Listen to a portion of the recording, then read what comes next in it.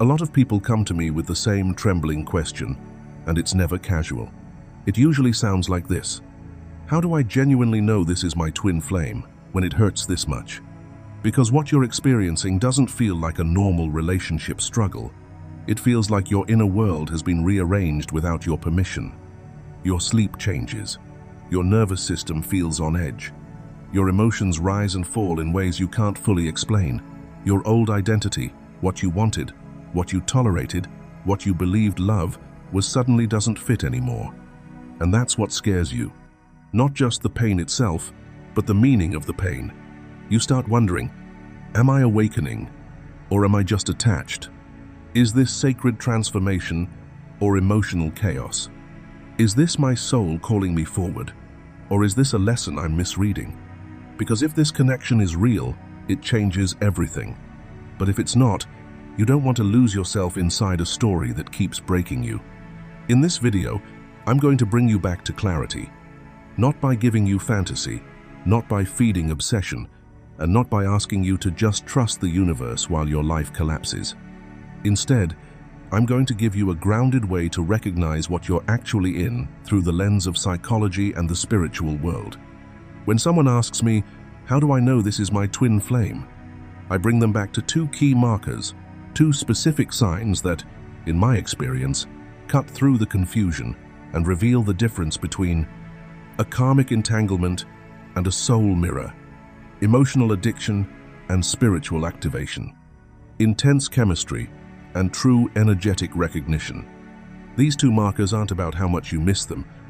They aren't about signs, synchronicities, or longing. They are about what this connection does to your consciousness and what it forces to surface in you, whether you like it or not. By the end of this video, you won't have to keep asking the same question in the dark. You'll be able to look at your experience with a steadier mind and a calmer body and say, okay, this is what's happening. You'll understand why the pain feels so personal, because it's not only relational pain, it's the pain of old identity structures dissolving. It's the pain of your soul pressing against the limits of who you used to be. And most importantly, you'll leave with discernment. Not the kind that makes you shut down or become cynical, but the kind that gives you power. The kind that helps you stop spiraling, stop chasing explanations, and stop confusing intensity with destiny. So if your whole world has changed and you don't know whether you're awakening or unraveling, stay with me.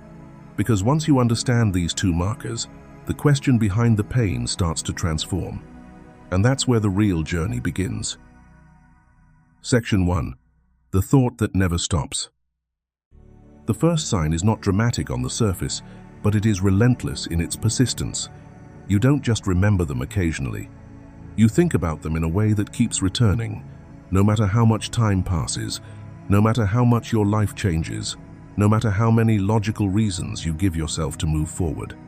For most connections, time creates distance.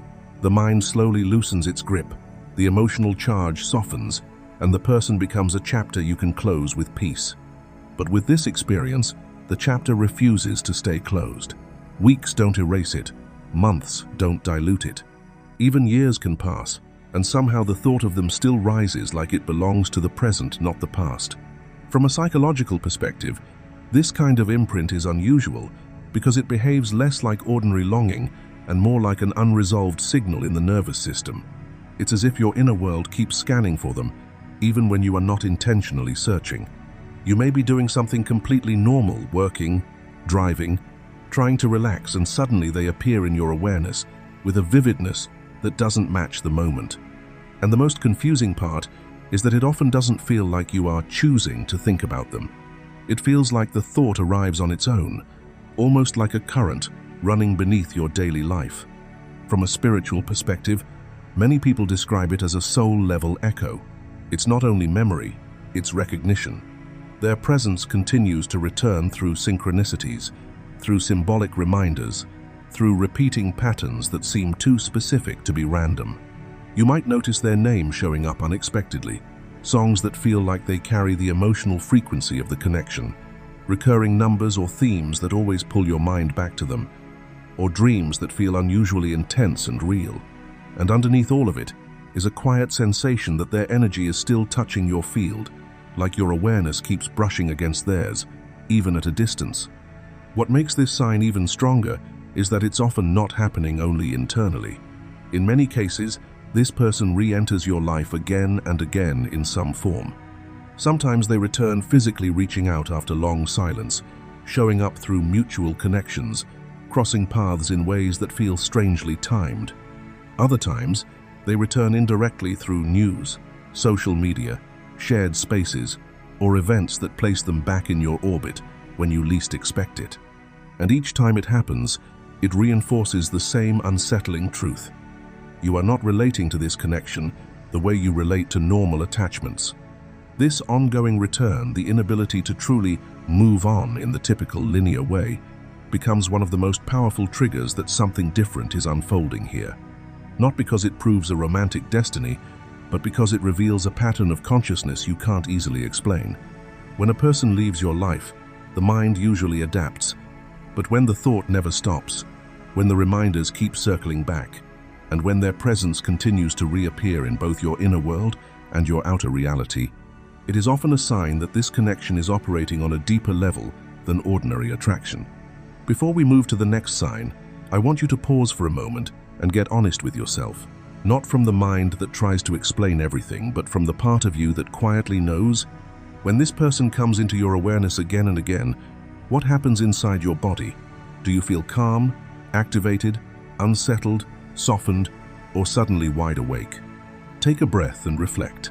Is this thought pattern coming from fear and attachment, or from recognition and something deeper calling you forward? And if this is resonating, don't keep it private.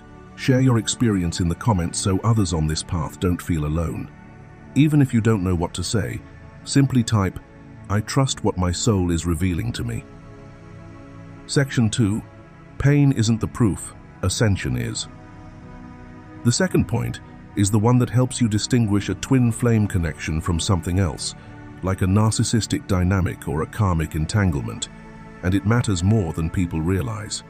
Because yes, all three can involve pain. In the beginning, they can even look almost identical. The traits can overlap, the behaviors can overlap, the emotional highs and lows can overlap. Even the confusion can feel the same. The mixed signals, the deception, the half-truths, the broken promises, the moments where you don't know what's real anymore. When you are inside it, it can genuinely feel impossible to tell whether you are being initiated or simply being harmed. So here is the distinguishing lens. Pain is not the evidence. The product is the evidence. The question is not, does this connection hurt? The question is, what does this connection produce in me over time? In a twin flame connection, the pain when it arises is not random chaos. It is often the friction of exposure.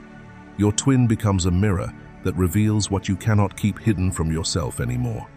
Not to shame you, not to destroy you, but to show you where you are still living through distortion, where you are still running an old program, where you are still trying to survive with strategies that once protected you, but now keep you small. And that mirror can be very precise.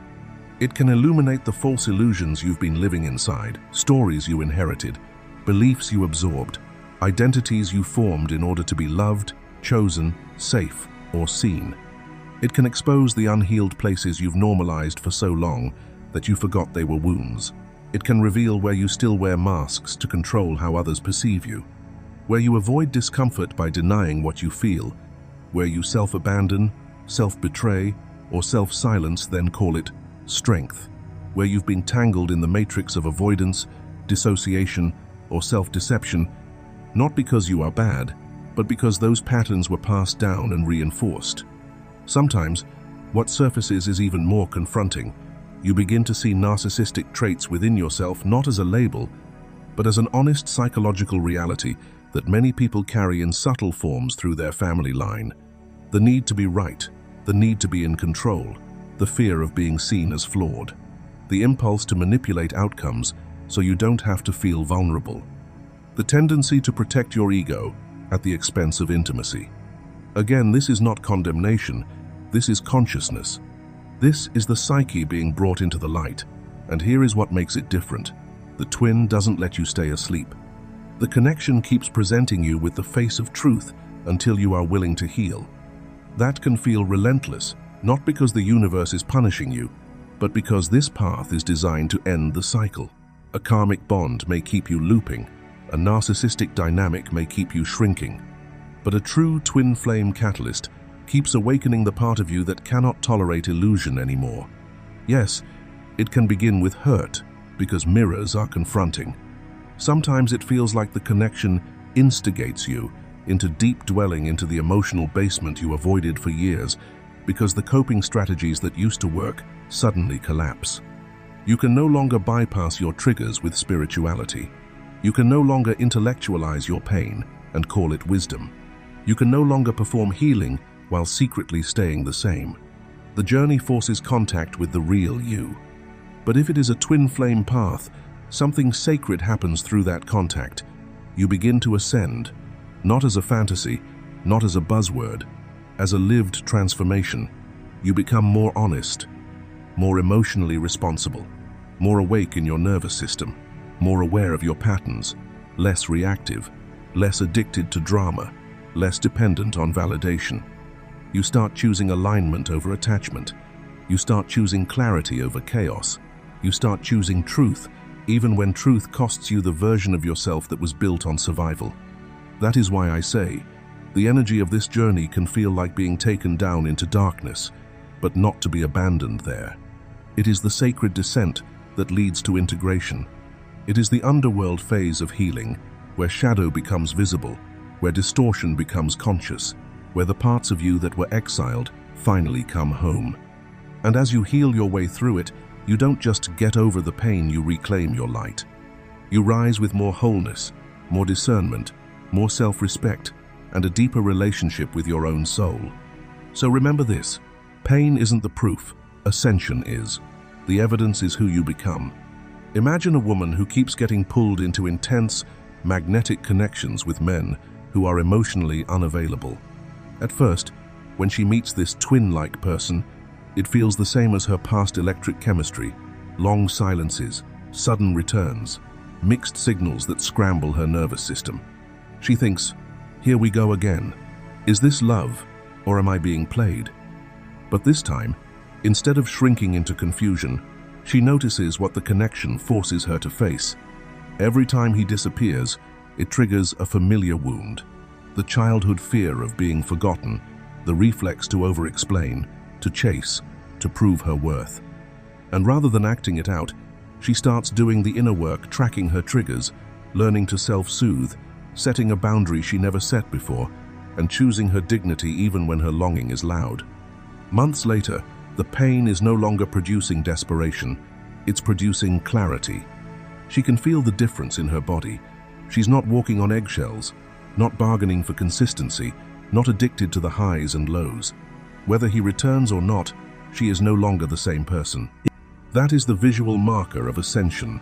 The connection didn't just hurt it, revealed her pattern, brought her shadow into view, and initiated her into a new level of self-respect and emotional sovereignty. Section 3. Constant presence, unconditional love. There is another layer here that many people overlook, especially when they are trying to figure out the connection with the mind. Twin flames don't only stir attraction or obsession. At their highest function, they reveal something far more confronting and far more sacred, the power of unconditional love and the power of divine presence. Because what makes this connection so disorienting is not just the intensity, it's the constancy. Even when life becomes chaotic, even when the timing is wrong, even when the circumstances feel messy or unpredictable, their energy can remain strangely steady in your inner world. Not because you are imagining things, and not because you are unable to let go, but because the bond is registering at a level deeper than your daily story. It's as if something in you keeps sensing them, keeps recognizing them, keeps holding them in the field of your awareness, regardless of what is happening externally. And that is exactly why their image does not easily fade. Their memory lingers. Their presence returns in quiet moments.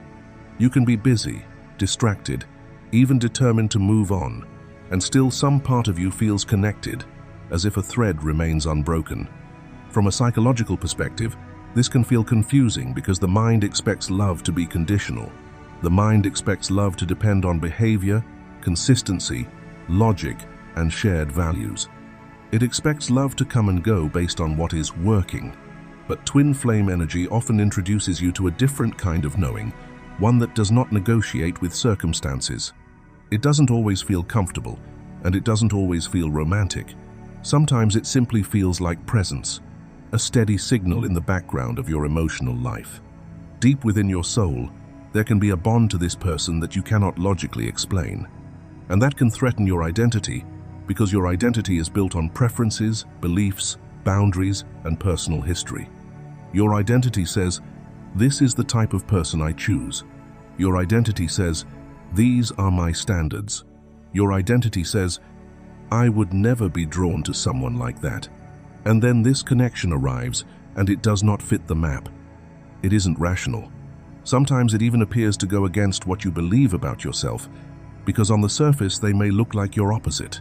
Different culture, different worldview, different lifestyle, different rhythm, different language of love. The outer differences can be extreme, so extreme that your nervous system may not know whether to move closer or pull away. And yet, beneath all of that, something remains unmistakably clear. Because at the level of soul, they are not other.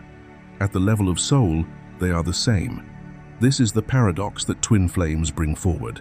The mind is reading the outer story, personality, background, choices, circumstances, but the soul is responding to essence. And essence doesn't require similarity to recognize itself. Essence recognizes through resonance, through energetic familiarity, through a feeling that says, "I know you," even if you cannot explain how. That is why the connection can feel eternal, not because it is meant to trap you in longing, but because it is meant to teach you what love looks like when it is no longer dependent on proof. The inner recognition is precise, even when the outer contrast is dramatic. And when you begin to understand this, you stop judging yourself for what you feel. You stop trying to force the connection to make sense in a purely logical way. You realize that what is happening is not only emotional, it is spiritual. It is a meeting that exposes the difference between surface identity and soul truth. It is a mirror that shows you what divine presence feels like inside the human experience. Constant, quiet, unwavering, still there, even when everything else is shifting. If you're trying to tell the difference, come back to this inner question. Is this connection collapsing you or clarifying you? Because yes, many relationships can bring pain, but the pain they bring often has no sacred direction. It drains you, it confuses you, it leaves you smaller than you were before. It can even condition you to accept emotional darkness as if it's normal. And when it no longer suits them, they leave, taking your stability with them. But the twin flame connection is different, not because it's always comfortable, but because it is purposeful.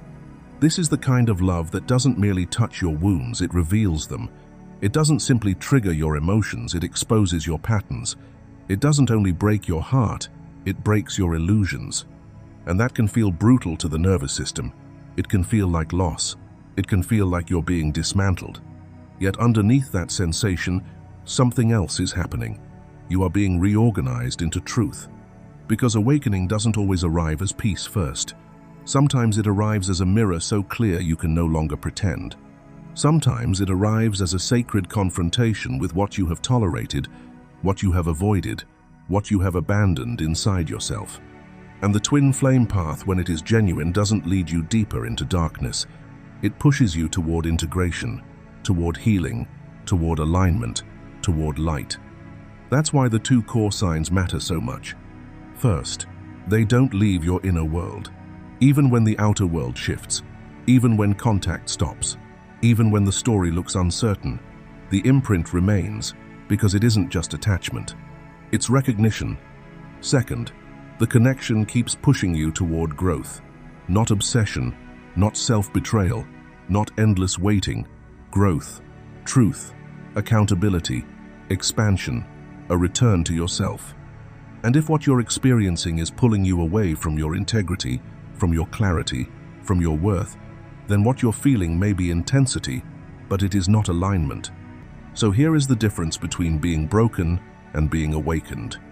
Being broken makes you feel powerless. Being awakened makes you feel responsible for your healing, without blaming yourself for the pain. Brokenness says, I'm not enough. Awakening says, I will not abandon myself again. And when you truly understand this, the question changes.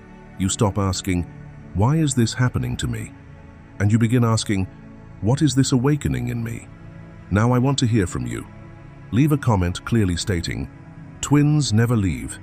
If this message spoke to you, please like this video, share it with someone who needs clarity on their path, and watch the video below because the next part will help you recognize what is transformation and what is simply trauma repeating in a different costume.